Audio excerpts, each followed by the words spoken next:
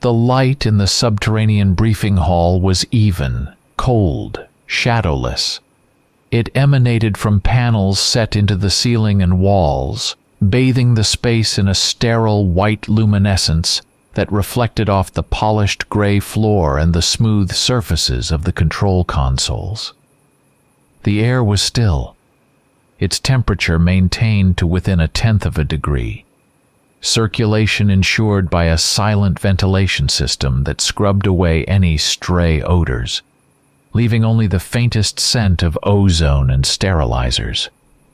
In the center of the hall, perfectly aligned in 2 ranks, stood 15 figures in full combat gear.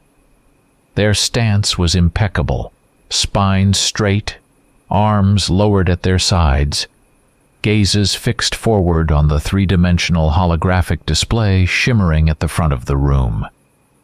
This was Chimera Squad. The captain, call sign Cerberus, and his 14 operators, identified by numbers and specializations embroidered on their armor: Sniper 1, Sniper 2, Assault Alpha, Assault Bravo, Assault Charlie, Heavy Weapons 1, Heavy Weapons 2, Recon 1, Recon 2, Medic, Tech Comms, Support 1, Support 2, Support 3. Their faces were hidden behind the dark visors of their helmets, but even without that, it was clear.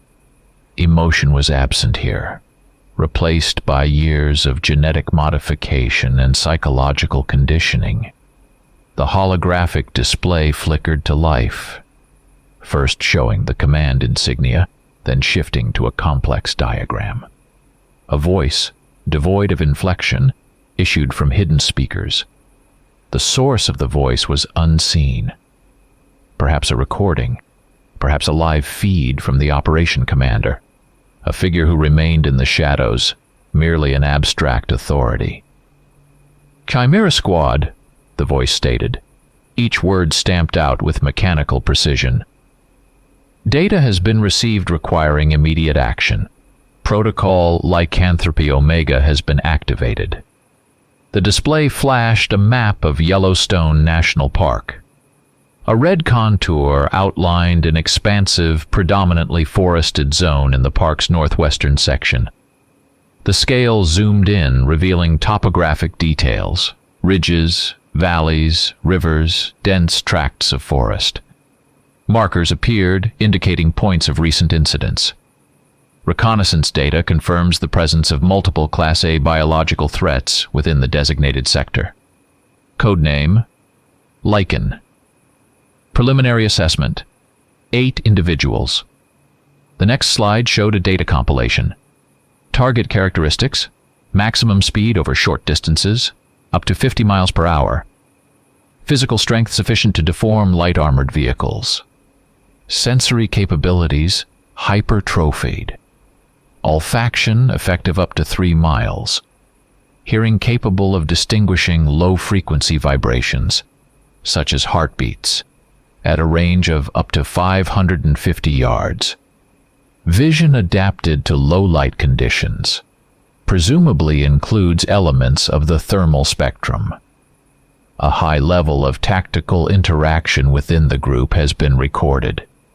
Coordinated actions indicate the presence of a social structure and intelligence. Blurred images flickered across the display, captured by high-altitude drones, large dark figures moving swiftly among the trees. These were followed by photographs from the incident sites. The bodies, remains of what had once been tourists, then local ranchers on the park's periphery. The images were graphic, showing extreme damage: torn tissues, shattered bones, the marks of enormous claws and teeth. The soldiers of Chimera Squad watched these images without visible reaction. Their biometric readings displayed on their helmets' internal readouts remained stable. Objective: complete and final elimination of all 8 identified Lycan individuals. Mission parameters: minimize any collateral damage to park infrastructure or third parties. Ensure complete absence of operational traces. Maintain absolute radio silence outside the squad's closed tactical network. Biological material collection limited by protocol. Control DNA samples from each neutralized target. Capture of live specimens is strictly prohibited. Operation timeline, 72 hours from insertion. The voice paused as if allowing time for assimilation, though for these soldiers the process was instantaneous and devoid of reflection. The display shifted to a detailed overview of the squad's loadout. Lightweight composite armor, reinforced at key points, covered their bodies. Exoskeleton actuators at limb joints provided enhanced strength and endurance without sacrificing speed. The helmets were complex systems. An integrated heads-up display, HUD, showed tactical data, operator vitals, and feeds from thermal and night vision sensors. Built-in comm systems operated on an encrypted frequency. Primary armament, modified rifles chambered in .408 CHATAC, selected for their accuracy and stopping power at long range. Ammunition, expanding rounds with a silver alloy core. Rationale, tests indicated heightened effectiveness against high-density biological tissues observed in similar past threats. Silver, beyond the alloy's ballistic properties, carried historical context in combating such anomalies, factored into the protocol as an additional consideration. Underbarrel grenade launchers were loaded with fragmentation rounds, flashbang grenades incorporating an ultrasonic emitter to disorient the target's acute hearing, and gas grenades deploying a fast-acting nerve agent. For close-quarters combat, they carried 12-gauge tactical shotguns loaded with tungsten alloy buckshot and combat knives forged from a high-strength, non-magnetic alloy. Medical kits contained auto-injectors with stimulants, potent analgesics, and rapid-acting coagulants. Reminder regarding emotional control protocols, the disembodied voice continued. Fear, anger, hesitation, unacceptable variables.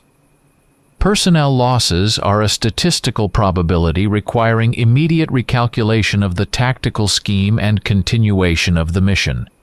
Your sole purpose is the objective. Questions? Captain Cerberus took a half-step forward. His voice, processed through his helmet's vocoder, was as level and emotionless as the command voice, requesting tactical clarifications. First, anticipated pack behavior models upon threat detection and initiation of pursuit. Second, presence of known natural shelters, caves, or abandoned structures within the operational zone suitable for use by the targets as lairs. Third, expected target reaction time to first contact. The answers were immediate, clear, and concise. Anticipated reaction: aggressive territorial defense or evasion attempt utilizing terrain knowledge. Possible pack division. Natural shelters: the operational zone contains numerous rock outcroppings and several small to medium cave systems. Maps have been uploaded to your tactical tablets. Artificial structures are absent. Expected reaction time to first contact: instantaneous, given their sensory capabilities. Acknowledged, Cerberus replied curtly and stepped back into rank. Chimera Squad, execute, the command voice concluded. The display went dark. 15 figures turned in unison, and without a word, headed toward the hall's exit. Their steps on the polished floor were nearly silent, their movements precise and economical. They moved like a single mechanism toward the transport bay, where, on the loading platform, 2 Silent Hawk stealth helicopters awaited them, their black, angular silhouettes barely discernible even under the hangar's bright lights. The methodical loading of additional gear and ammunition commenced. Operation Lycanthrope Omega had begun. The night over Yellowstone was dense, inky. Clouds completely obscured the moon and stars, plunging the forest into almost absolute darkness. 2 Silent Hawk helicopters moved just above the treetops, their silhouettes invisible against the night sky. Their specially designed engines and rotors producing noise barely distinguishable from the wind rustling through the crowns. They flew no more than 150 feet above the ground, using the folds of the terrain, ravines, creek beds, the shadows of mountain slopes, for masking from any possible observation, though the likelihood of such in this wilderness approached 0. According to plan, the helicopters reached a pre-selected point, a small, relatively open clearing lost among giant pines and firs, several miles from the suspected center of lichen activity. Hovering for a moment, the helicopters deployed thick rappelling ropes. 15 figures slid down one by one, their landing on the damp grass and moss nearly soundless thanks to the shock-absorbing systems in their boots and their practiced movements. Less than 30 seconds elapsed from the moment the helicopter stopped to the last operator touching ground. The ropes were instantly detached and retracted.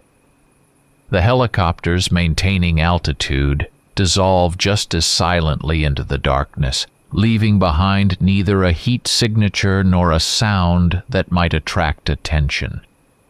In the clearing, Chimera Squad instantly formed a circular defensive perimeter. Operators took positions covering sectors, their weapons ready for immediate use. The Tech Comms specialist, situated in the center of the circle, deployed a portable relay and activated the local secure tactical network. On each operator's HUD, indicators for network status and squad mates' biometrics lit up. Network active. Comms established with all units. Encryption stable, the tech reported tersely over the internal channel. The medic, consulting his tablet, checked the vital signs of every squad member. Pulse, respiration, body temperature, stress levels, which were at baseline near 0 for everyone. Biometrics nominal for all operators, he confirmed. Simultaneously, Recon 1 and Recon 2 quickly deployed miniature seismic and motion sensors around the clearing's perimeter, creating an early warning system for the approach of anything or anyone large. Perimeter secured by sensors. All systems functional, Recon 1 reported. The entire check and deployment took no more than 3 minutes. Captain Cerberus raised a hand, signaling the start of movement. The gesture was concise and understood without words. The squad shifted into a tactical staggered column formation. The interval between operators was 10 to 15 yards, ensuring mutual cover and minimizing the risk of the entire group being hit by a single attack. They moved into the forest, toward the suspected location of the werewolf lair. Their movement was surprisingly quiet for fully equipped soldiers. Each step was placed carefully, heel to toe where possible, avoiding dry twigs, fallen leaves, and stones that might make a sound. The exoskeleton actuators operated almost silently, only a faint whine of hydraulics audible at close range. Their genetically enhanced senses, augmented by night vision and thermal imagers, allowed them to move through the total darkness as confidently as in daylight. They used short, prearranged hand signals for communication, resorting only occasionally to coded messages over the internal network to relay critical information. After half an hour of cautious advance, Recon 1, moving point, stopped and gave the signal for attention. He indicated the damp earth near a small stream crossing their path.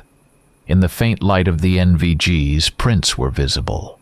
Huge paw prints, deeply pressed into the mud, significantly larger and wider than those of any known North American predator, including grizzlies. The shape was strange, a mix of a wolf's paw and something almost human-like in the heel structure and weight distribution. Target tracks detected. Size consistent with Lycan profile. Recon 1 transmitted over the network. Moving further along the stream, he discovered more evidence. Clumps of coarse, dark gray fur snagged on the thorny branches of a bush about 5 feet off the ground. Several operators activated the olfactory sensors in their helmets, filtering the background scents of the forest. The sensors registered a sharp, musky animal scent emanating from the tracks and fur. It was strong, primal. The soldiers logged it as a marker of target presence, experiencing neither disgust nor any other emotional reaction. The squad halted for a brief terrain analysis. Operators consulted their tactical tablets, displaying a detailed 3D map of the area generated from satellite imagery and recon drone data. Real-time feeds from their own thermal and NV sensors were overlaid onto the map. They marked potential pack movement routes, narrow passages between rocks, dense thickets that could serve as cover or ambush sites, and possible lair locations, caves marked on the map, or simply areas with anomalous thermal activity. The TechCom specialist prepped and launched a palm-sized mini-drone. The drone lifted off silently, equipped with a high-resolution thermal camera, and began scouting the terrain within a 500-yard radius ahead of the squad. It flew low over the ground, making short hops from tree to tree, using natural cover to remain undetected. The atmosphere in the Yellowstone night forest was oppressive in itself. The darkness seemed tangible. The sounds of nocturnal life, an owl's hoot, the snap of a twig under the paw of some small animal, the distant howl of a coyote, only emphasized the surrounding silence and isolation. The genetically enhanced soldiers felt no fear. Their psychology was tuned to threat analysis, not emotional response. But their sensors, both biological and technological, operated at peak capacity. Every rustle, every shift in the air, every heat signature was analyzed instantly. Their instincts, honed by training and combat, were pushed to the limit. They were killing machines. But now they were on the home turf of a predator that had evolved to hunt in this environment for centuries, if not millennia. Data from the drone, correlated with the direction of the tracks and the strength of the scent, indicated an increasing concentration of activity near a rocky ledge located approximately 1 mile northwest of their current position. At the base of the ledge, dark openings were visible, entrances to several caves. The drone's thermal imager detected residual heat near the entrance of one, as if someone had recently been there. Target localized with high probability. Approximate distance, 1 mile, the tech reported. Cerberus issued the order, proceed to point of contact, heighten vigilance, interval, 10 yards, weapons hot. Chimera Squad resumed its advance, plunging deeper into the heart of the wilderness toward their prey. The squad's advance slowed. The final mile to the rocky ledge demanded maximum caution. The soldiers moved in short dashes, from one tree to another, from one boulder to the next, utilizing every available piece of cover. The formation became tighter, intervals reduced to 5 to 7 yards. The silence grew even deeper, each operator listening for the slightest sound, scanning the surrounding space through weapon sights and helmet sensors. Reaching a point approximately 300 yards from the base of the ledge, Cerberus signaled a halt with a hand gesture. Sniper 1 and Sniper 2, who had been moving on the flanks of the main group, detached and began silently ascending a slight elevation covered in dense brush. From there, they had a good overview of the cave entrances and the approaches. They took up positions, deployed their heavy .408 Chaytak rifles on bipods, checked their optics, switching them to combined night and thermal vision mode. Their task was to provide observation, cover for the main group, and, if necessary, precision elimination of targets at range. Several minutes of tense waiting followed. The operators in the main group remained frozen in cover, scanning their sectors. Then, the calm voice of Sniper 1 came over the internal comms. Thermal activity detected near the entrance of Cave Alpha, a designation assigned by the tech to the largest cave.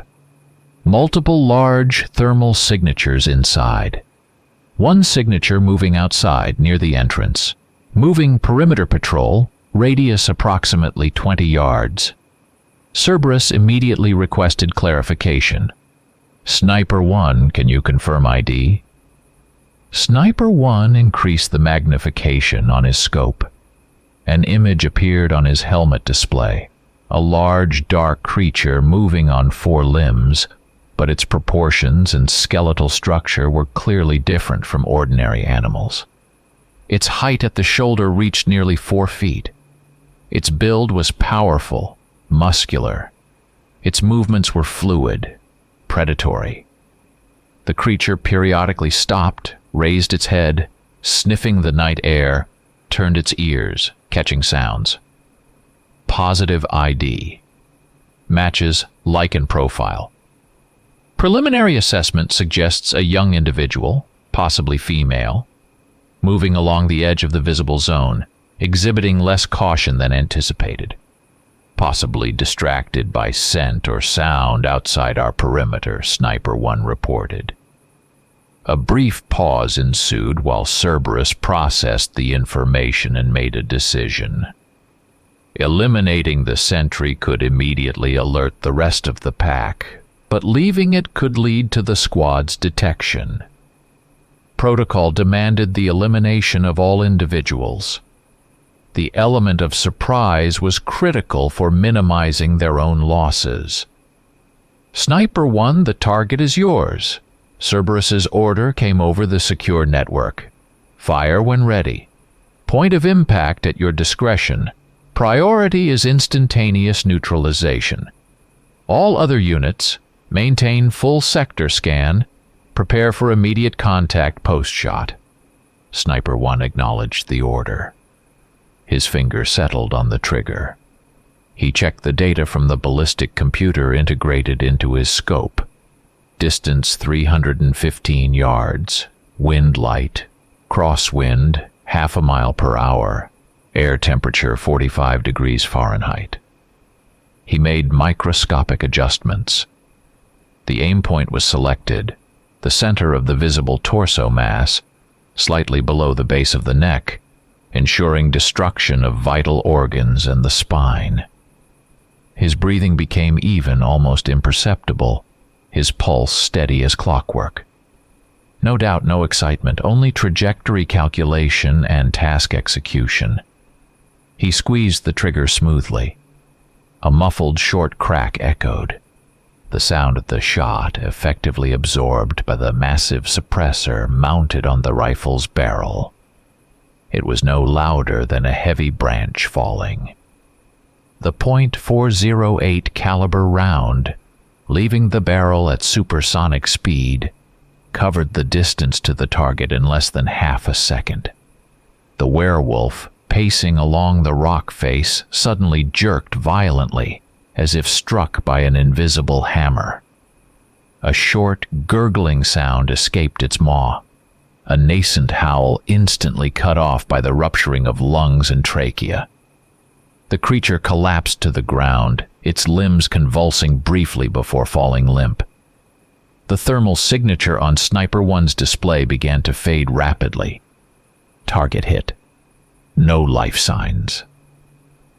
Target number 1 neutralized, Sniper 1 reported with the same imperturbability. At the exact moment his report sounded in the operator's earpieces, a low, vibrating growl, full of menace, emanated from the depths of Cave Alpha.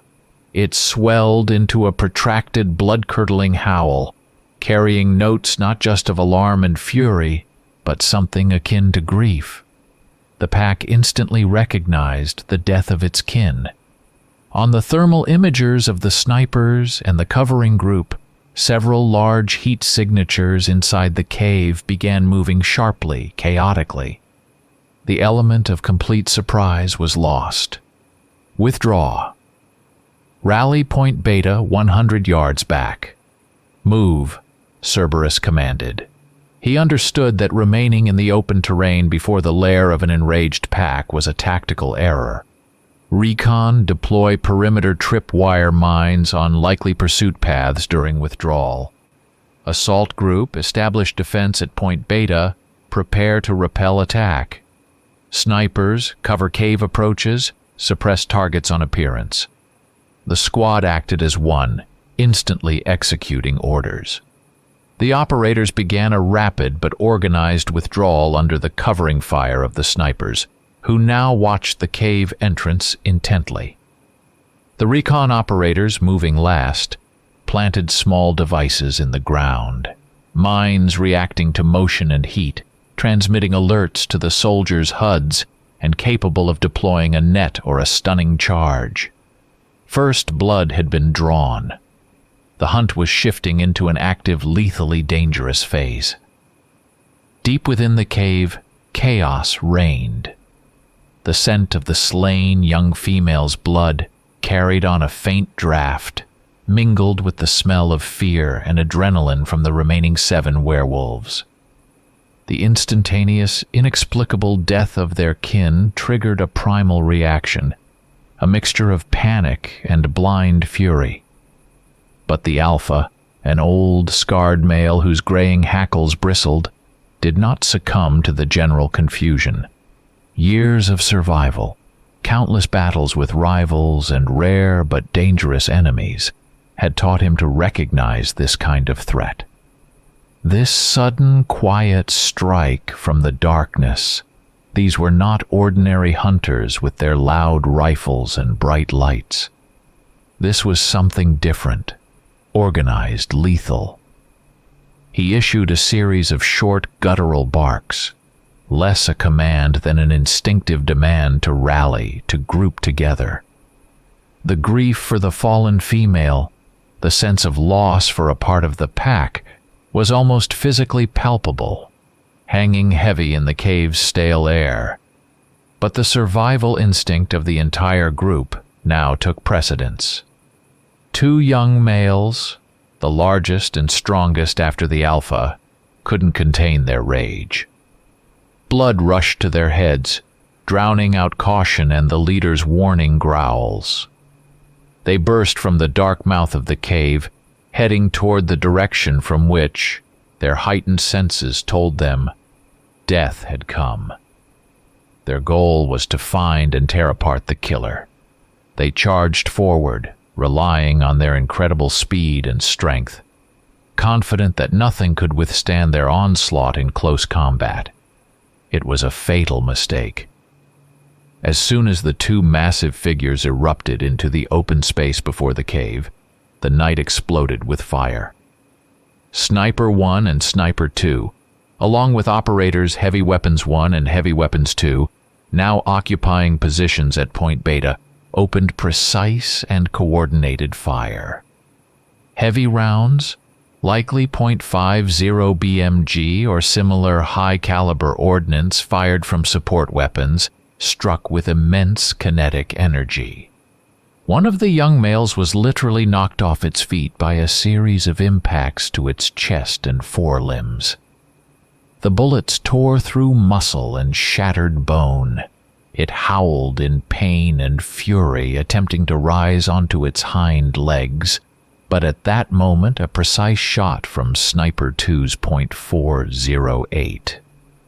Chaitak struck its head, instantly ending its suffering and existence.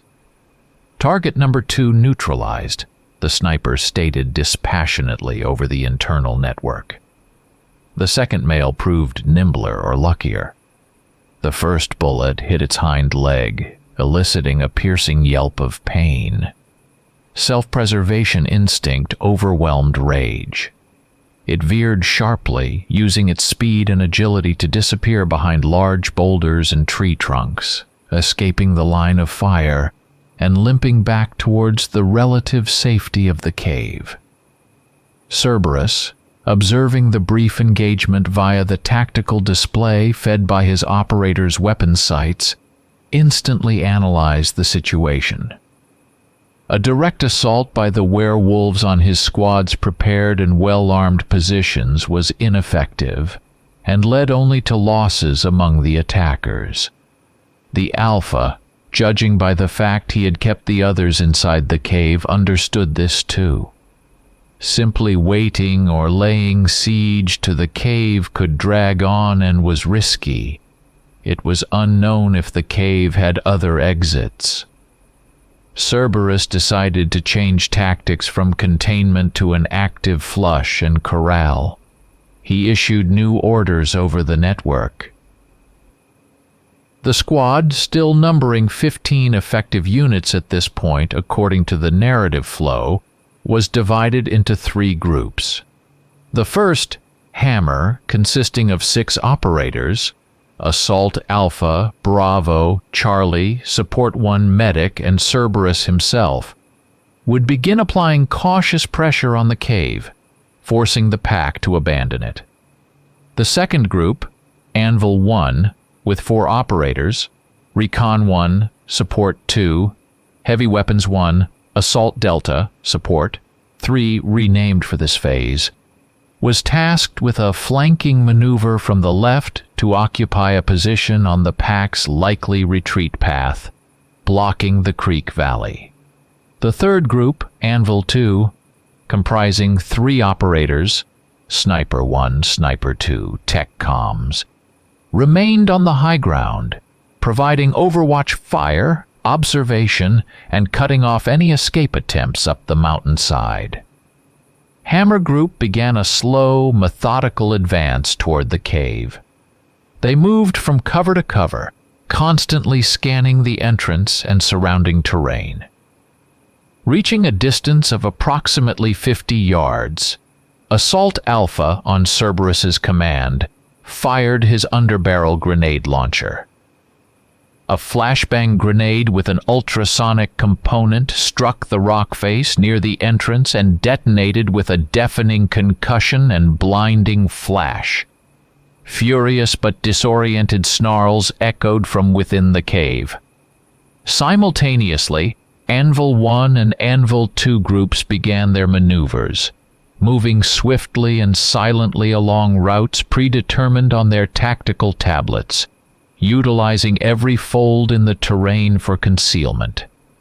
Inside the cave, the Alpha grasped the hunter's plan.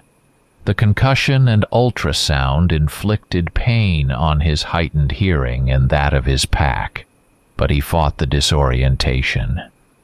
He couldn't allow himself and the remaining 6, himself, 4 females of varying ages, and the injured young male, to be trapped in this stone cage.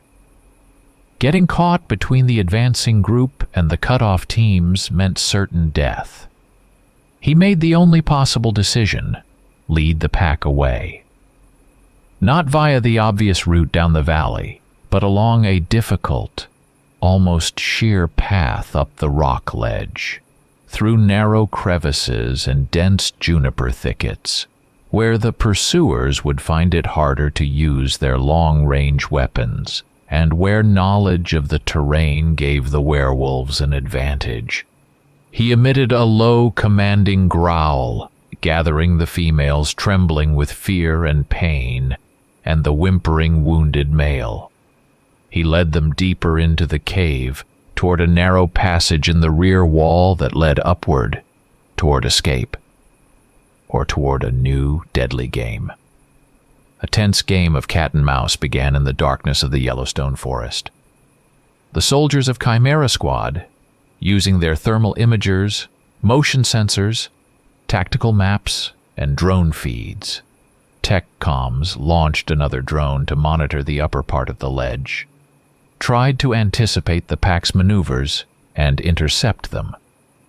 The werewolves, led by the experienced Alpha, used their phenomenal senses, knowledge of every rock and trail, and incredible speed and agility to avoid direct confrontations and ambushes, constantly changing direction, freezing motionless when they sensed the enemy's proximity.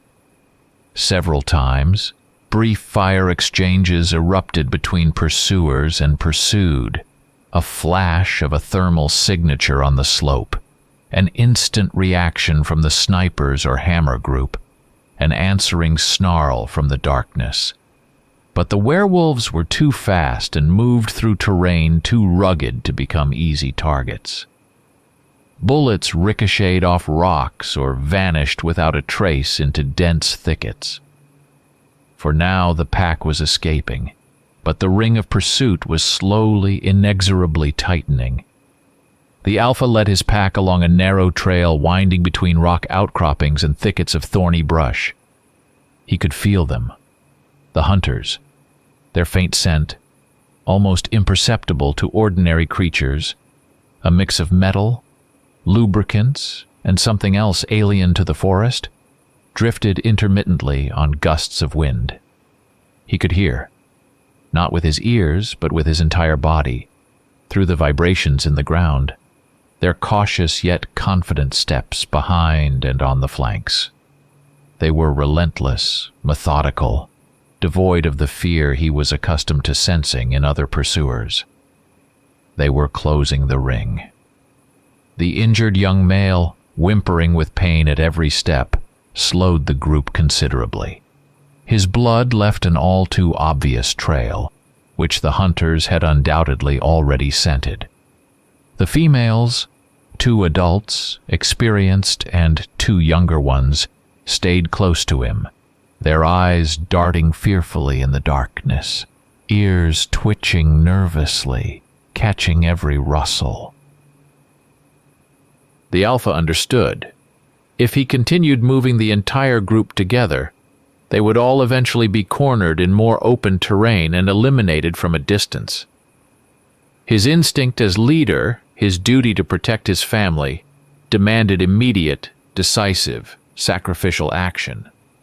He made his decision, a heavy one, but the only viable one in the circumstances.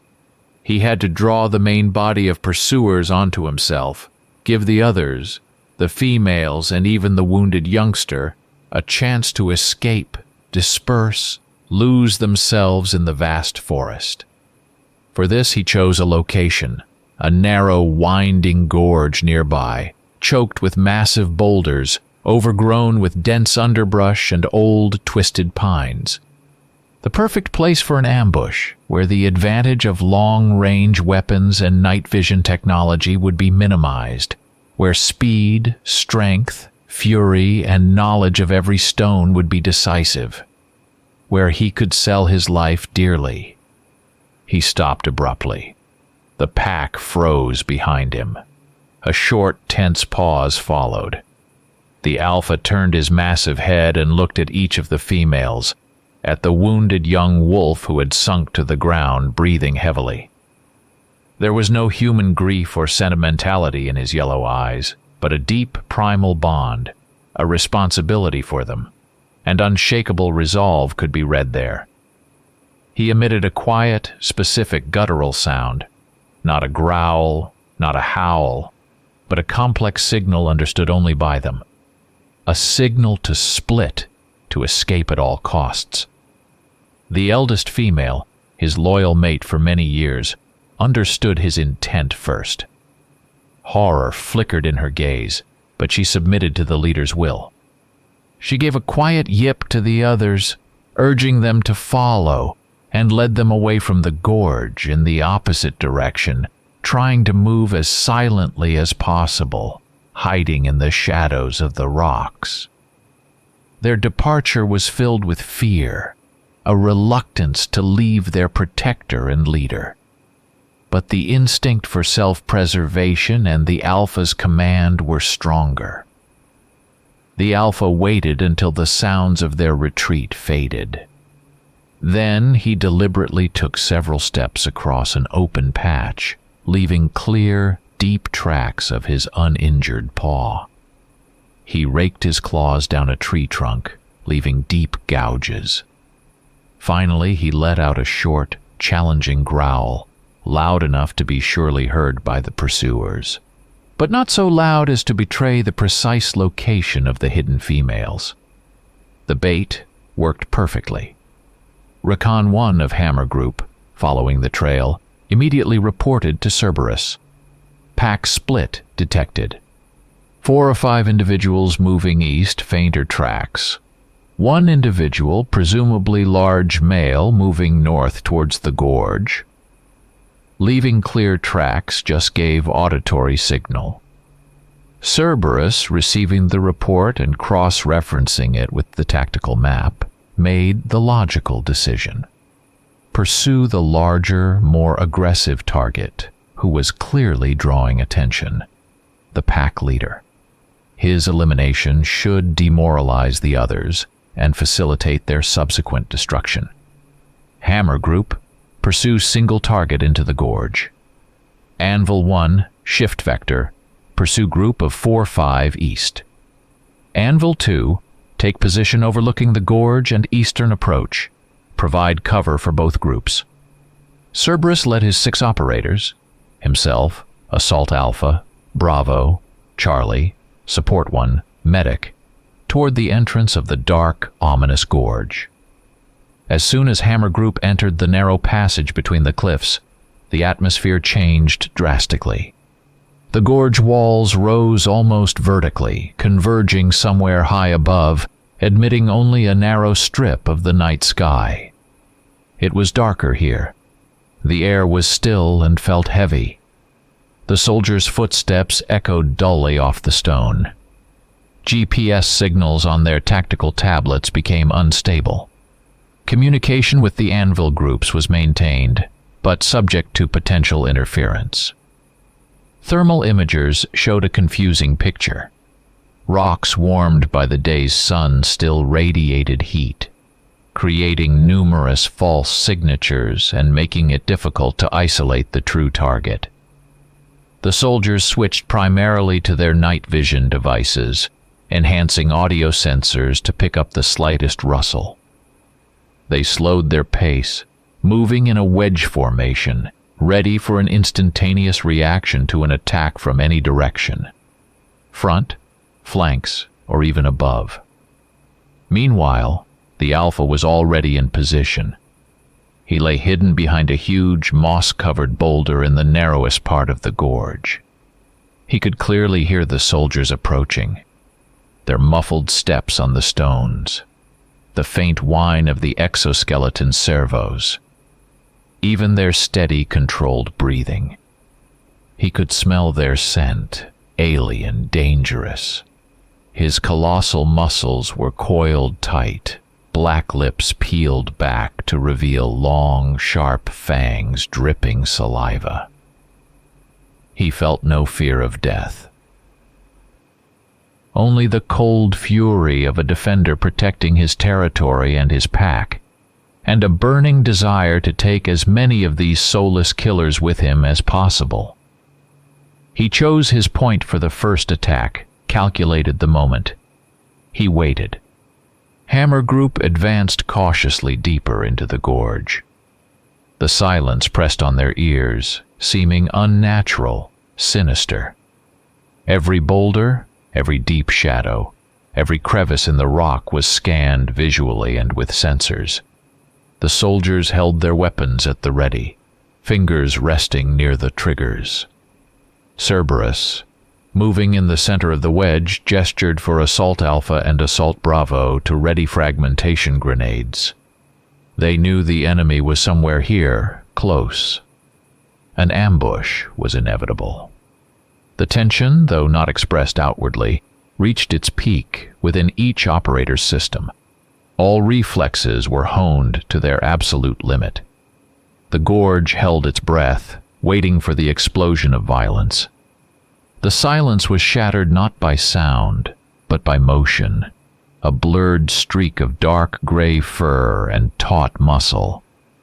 The Alpha exploded from behind the massive boulder with such speed that even the soldier's enhanced reflexes barely registered the threat. He didn't roar, channeling all his energy into a single devastating leap. His target was the operator at the point of the wedge, Assault Alpha. Before the soldier could raise his rifle or react otherwise, a ton of fury slammed into him. The impact of the forepaw, armed with claws as thick as fingers, landed squarely on the center of his composite chest plate. The plate cracked, unable to withstand the monstrous force, and the soldier was hurled backward like a rag doll. His head struck the rock wall with a dull thud. Simultaneously with the paw strike, the Alpha's jaws clamped down on Assault Alpha's helmet. Metal and polymers crumpled under the pressure. A short crunch was heard. Assault Alpha's vital signs indicator on the other operator's HUDs instantly went dark. Neutralization was instantaneous. In the same fraction of a second, the remaining 5 soldiers opened fire. The Gorge erupted in the thunder of gunshots. Rounds from the .408 Chaytak rifles and heavy tungsten buckshot from tactical shotguns hammered into the Alpha's massive body. Fur flew, dark blood sprayed, but the werewolf, fueled by adrenaline, pain, and primal fury, seemed not to notice the wounds. He spun on the spot, moving off the direct line of fire, his movements incredibly fast and sharp for his size. He immediately lunged at the nearest operator support, one, who was trying to bring his tactical shotgun to bear. The Alpha struck again. Claws tore not only through the armor on the soldier's forearm, but also severed the exoskeleton's hydraulic lines controlling the arm. A hiss of escaping pressurized fluid filled the air. Support One cried out in pain and surprise. The sound instantly muted by the comm system, but the others saw him stagger back, dropping his weapon. Before he could draw his sidearm or knife, the Alpha was upon him. The Gorge transformed into hell. The roar of gunfire multiplied as it echoed off the stone walls, mingling with the Alpha's furious snarls and Cerberus's short, clipped commands over the internal network. HUDs flashed warnings of damage and operator status. The Alpha used the chaos and confined space to maximum effect. He darted between boulders, appearing first from one side, then another, attacking and immediately retreating under the hail of fire. He knocked Assault Bravo off his feet before the soldier could fire his underbarrel grenade launcher. Claws and fangs left terrible, ragged wounds on the operator's armor and body. The medic, simultaneously firing his own rifle, tried to assess the wounded remotely, but the situation changed too rapidly. Captain Cerberus, seeing his unit taking casualties and standard suppressive fire tactics failing to stop this berserker in the tight space, made a cold tactical decision. Fragmentation, perimeter. Drive him to the back wall, he commanded. The remaining 3 combat-effective soldiers, Cerberus, Assault Charlie, and Heavy Weapons 1, immediately complied.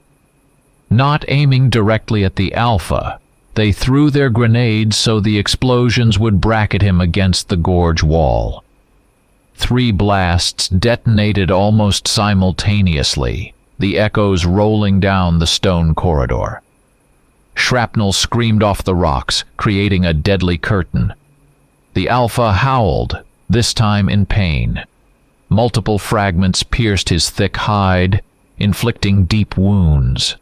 Several bullets also found their mark, damaging muscles and possibly internal organs.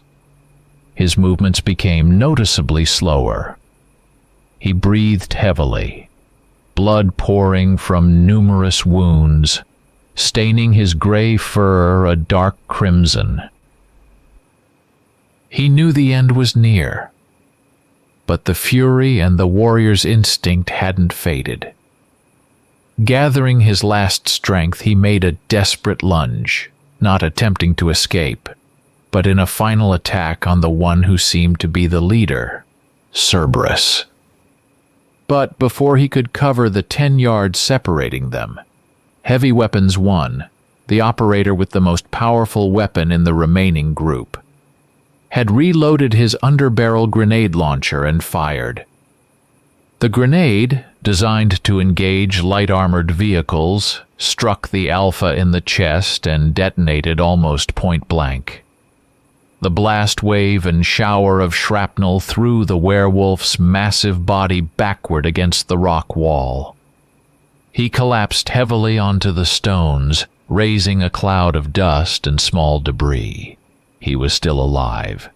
He tried to lift his head, his chest heaving raggedly. A final hoarse, gurgling snarl escaped his jaws.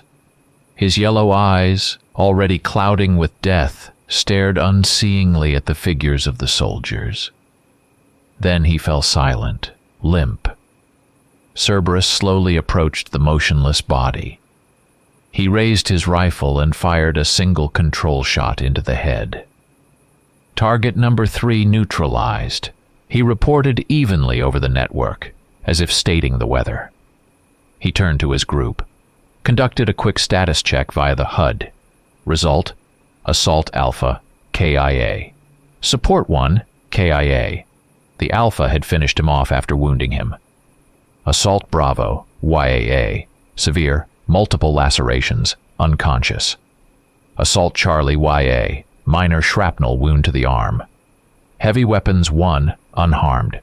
Cerberus, unharmed. Medic, unharmed.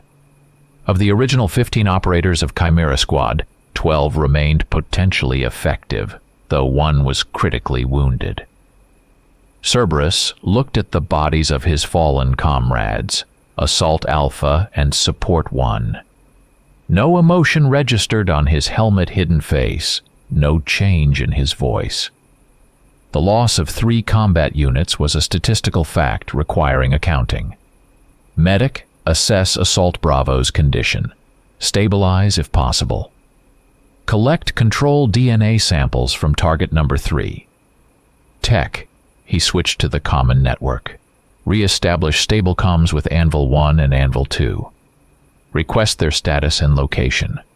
Remainder, reload, check gear, replenish ammo from the KIAs per protocol. We've lost time. Continue the hunt for the remaining 5. Cold calculation and unwavering adherence to orders. That was all that mattered. Grief was an inefficient variable, eliminated from their system. Miles away from the gorge where their leader had just died, the remaining 5 werewolves, 4 females and the injured young male, suddenly felt a void. It wasn't mystical in the human sense, but rather an abrupt cessation of the constant background signal that bound their pack. A combination of their incredibly heightened senses, picking up the faintest changes in scent and sound over vast distances, and some form of primitive telepathic connection based on deep emotional and instinctive bonds within the family, let them know. The Alpha was gone. His scent vanished from the wind. His presence, always felt as the center of their small world, evaporated. Instant, chilling terror gripped them. Panic threatened to overwhelm what remained of their reason.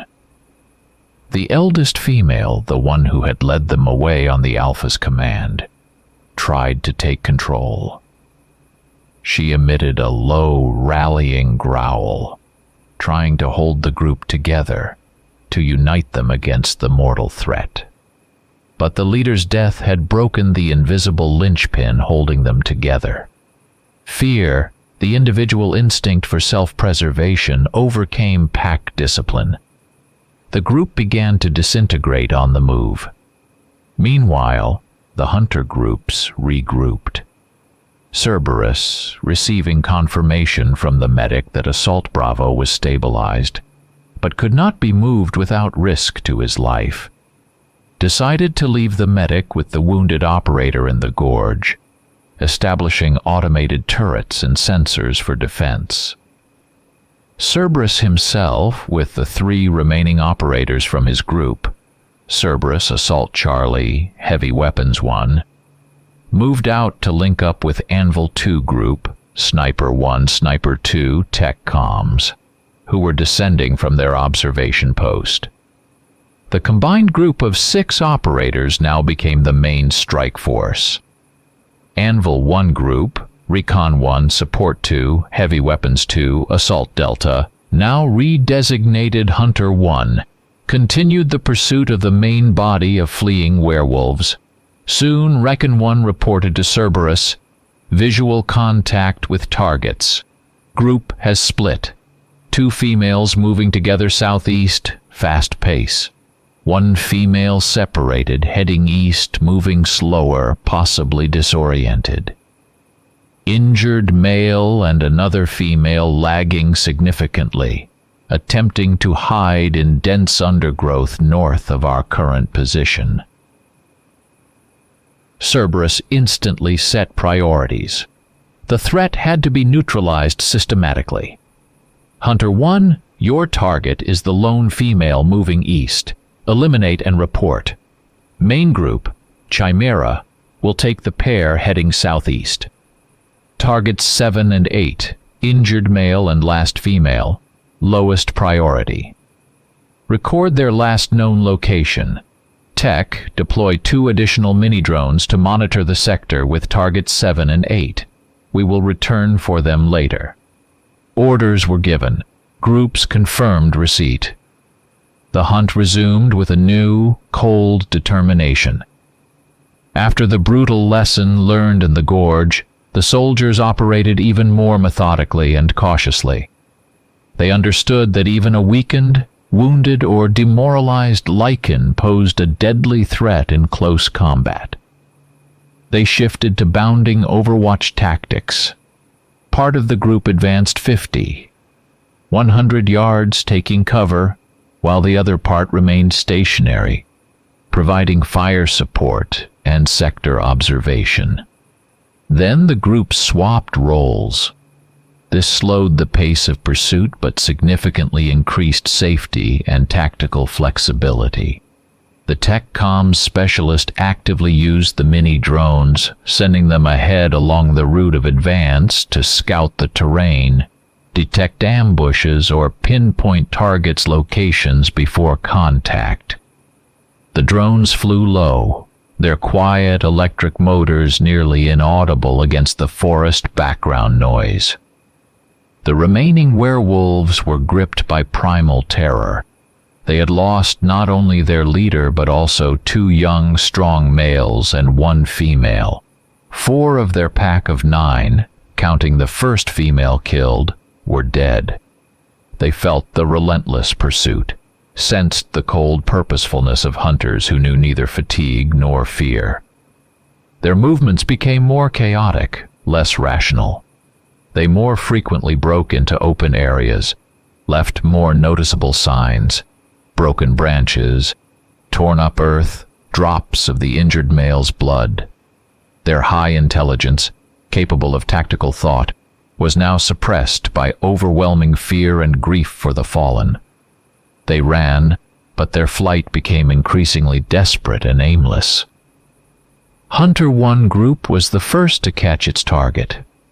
The lone female, frantic with fear, tried to hide in the deep fern-choked bed of a dry creek. But her thermal signature stood out clearly on the soldiers' displays.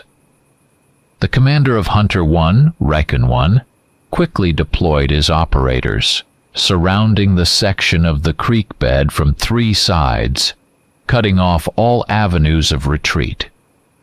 He gave the signal to attack. The female, hearing the approach from multiple directions, realized she was trapped. Letting out a desperate howl, she made a final lunge, leaping from the creek bed and charging the nearest soldier, Support 2. But she was met by dense crossfire from 3 rifles and 1 tactical shotgun.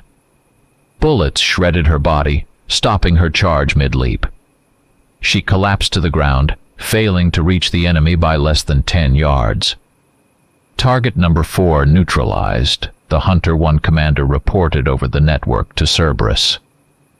The main Chimera group, pursuing the pair of females, heard Hunter 1's report in their earpieces. They felt neither joy nor relief, merely noted the successful completion of an intermediate task by another unit. Their own targets were now close. The thermal signatures of the 2 females were visible through the trees just a couple of 100 yards ahead. The 2 doomed female werewolves undoubtedly also sensed or heard the death of another of their sisters. Their flight became even faster, almost panicked, but their strength was already failing. The 2 female werewolves burst from the dense undergrowth into a relatively open space, a small meadow covered in tall grass and sparse bushes, surrounded on all sides by a wall of dark forest. They ran side by side, their breathing heavy and ragged, tongues lolling from their maws. Suddenly they stopped as if on command. Perhaps they scented the pursuers extremely close, or instinct told them that running further was futile. Open ground was a death sentence against an enemy with long-range weapons. They turned to face the side of the meadow from which the threat approached. The fur on their hackles rose. Low, menacing snarls escaped their throats, fangs bared. They weren't going to surrender. Having lost their leader and half the pack, driven to desperation, they decided to meet death head-on, fighting together until their last breath. Chimera Group, now consisting of 6 operators under Cerberus's command, emerged onto the edge of the forest, forming a semicircle around the meadow. Cerberus instantly assessed the situation and issued orders over the tactical network. Heavy Weapons 1, suppressive fire on the left target. Use automatic mode, short bursts.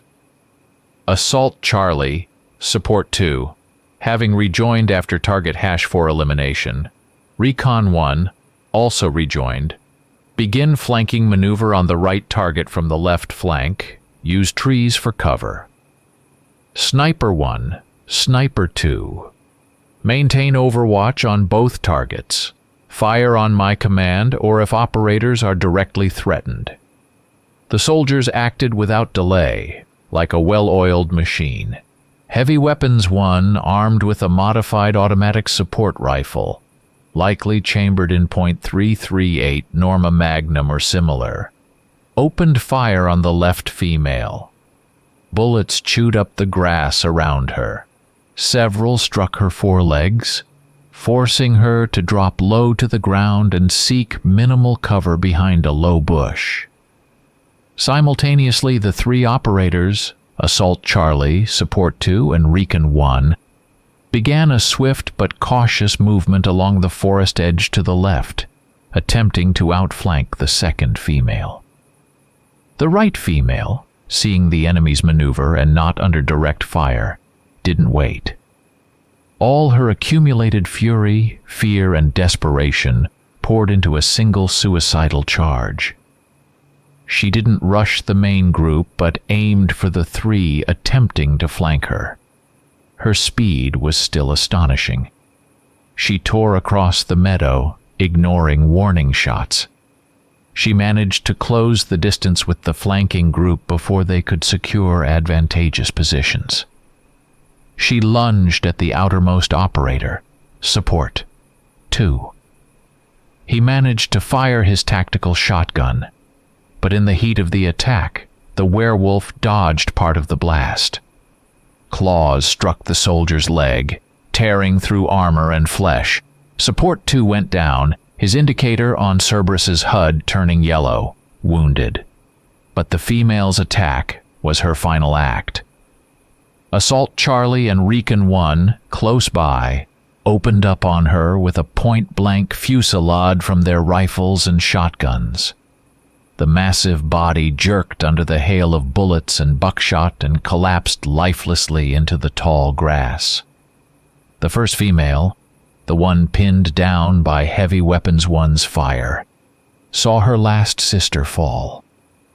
Emitting a long, mournful howl filled with grief and rage, she leaped to her feet, ignoring the pain from her wounded legs, and launched a final desperate charge at the main group of soldiers. She ran straight towards Cerberus, the snipers, and Heavy Weapons 1. She was met by dense, concentrated fire from 3 rifles. Rounds of .408 Chaytak and .338 Norma Magnum struck true, shredding vital organs. She ran a few more yards on inertia before her legs gave out. Sniper 2 delivered a control shot to the head as she was falling. Targets number 5 and 6 neutralized, Cerberus reported matter-of-factly. He immediately switched focus to the wounded operator's status. Medic, still in the gorge, remote consultation. Support 2, status? Leg wound, laceration, possible bone damage. Bleeding controlled with coagulant. Analgesics and stimulants administered. Limited combat effective, Support 2 himself reported after a few seconds. His voice steady despite the pain. Now only 2 remained. The wounded young male and the last female whose approximate location had been previously recorded. Hunter 1, group of 3 after detaching 1 to Chimera's flank, begin sweep of Grid Delta 4, last known location of targets 7 and 8. Main group Chimera move to Grid Delta 4 for support and to block potential escape routes. Utilize maximum sensitivity on thermal and audio sensors. The 2 groups of soldiers, now totaling 9 effective personnel, not counting the medic and the severely wounded Assault Bravo in the Gorge, began a methodical sweep of the dense undergrowth where the last survivors of the Lycan pack were believed to be hiding. 20 minutes into the search, Recon 1 from Hunter 1 group reported. Blood trail detected. Fresh. Leads to the roots of a large fallen tree.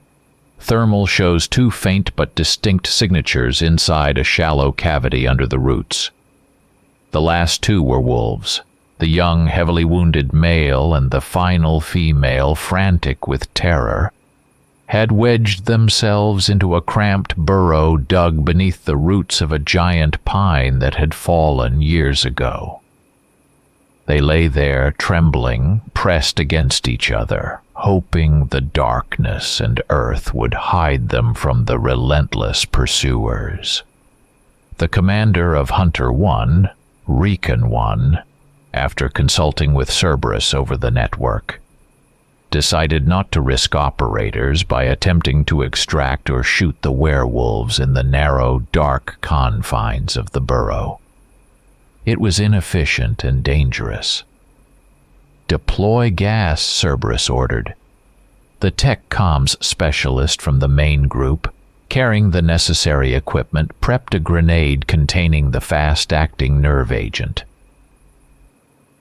He cautiously approached the burrow entrance and tossed the grenade inside. After a few seconds, muffled, choking sounds, a brief scuffle, and convulsive movements emanated from beneath the roots, followed by silence. The soldiers waited another minute. Then, two operators wearing protective filter masks and activating powerful helmet lights cautiously peered into the burrow. Inside, in the cramped space, lay the two werewolf bodies. Their eyes were open and unmoving. No signs of life were observed. Targets number 7 and 8 neutralized, the Hunter 1 commander reported. All identified targets eliminated.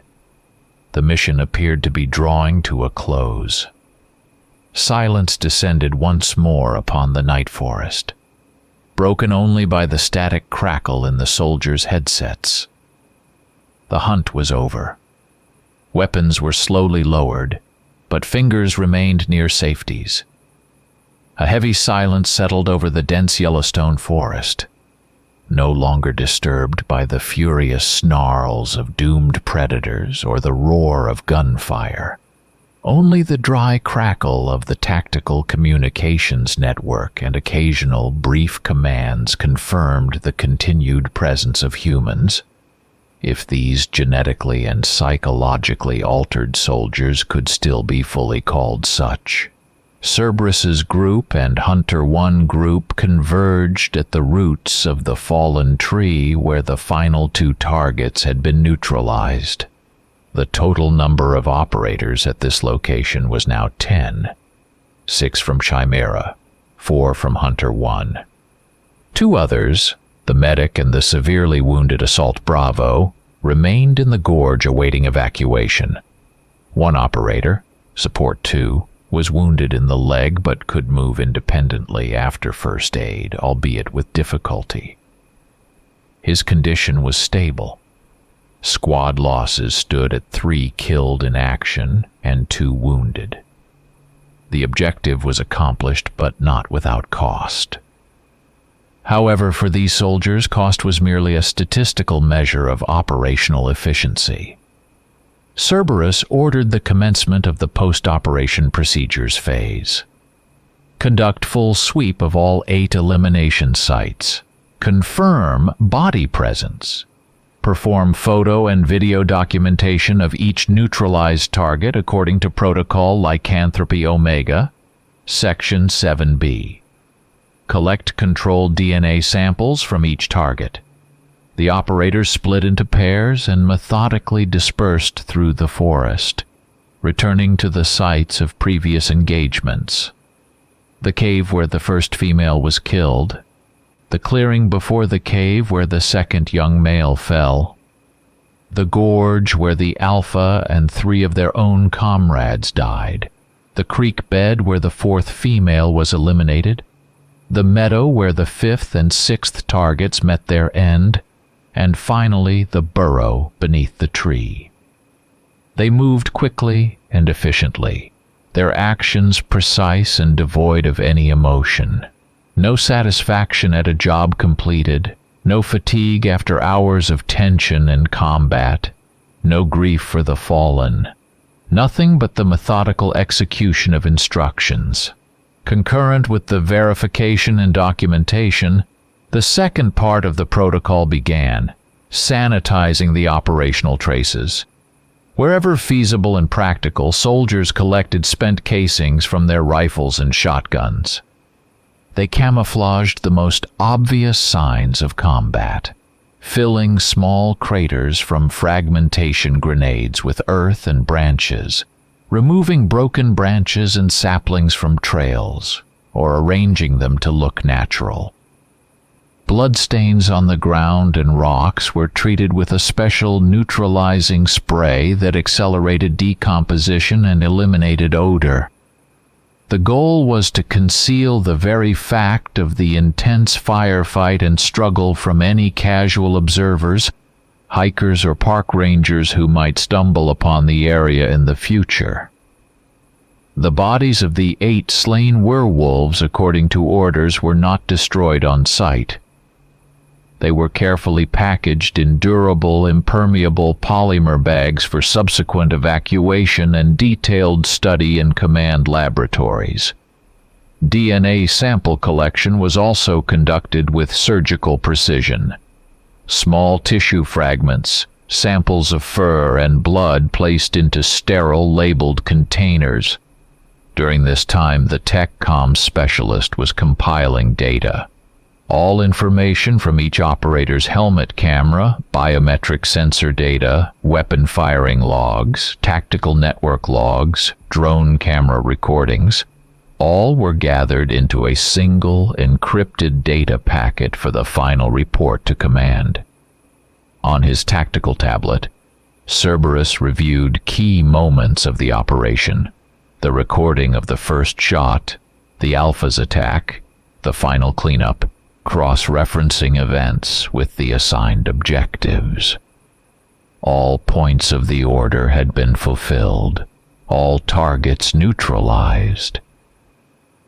Having completed all procedures, the squad assembled at the predetermined extraction point, the same clearing where they had been inserted the previous night.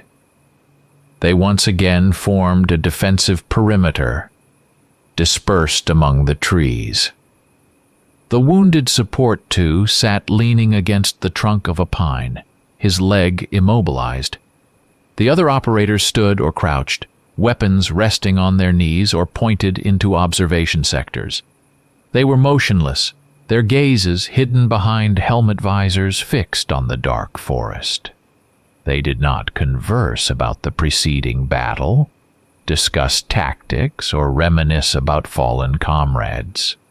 Their enhanced physiology had already begun the process of recovering strength after the physical exertion, while rigid psychological conditioning blocked any emotional reflection or post-traumatic stress. They simply waited. Waited for the transport that would take them from this wild, primal place back to their sterile, ordered world.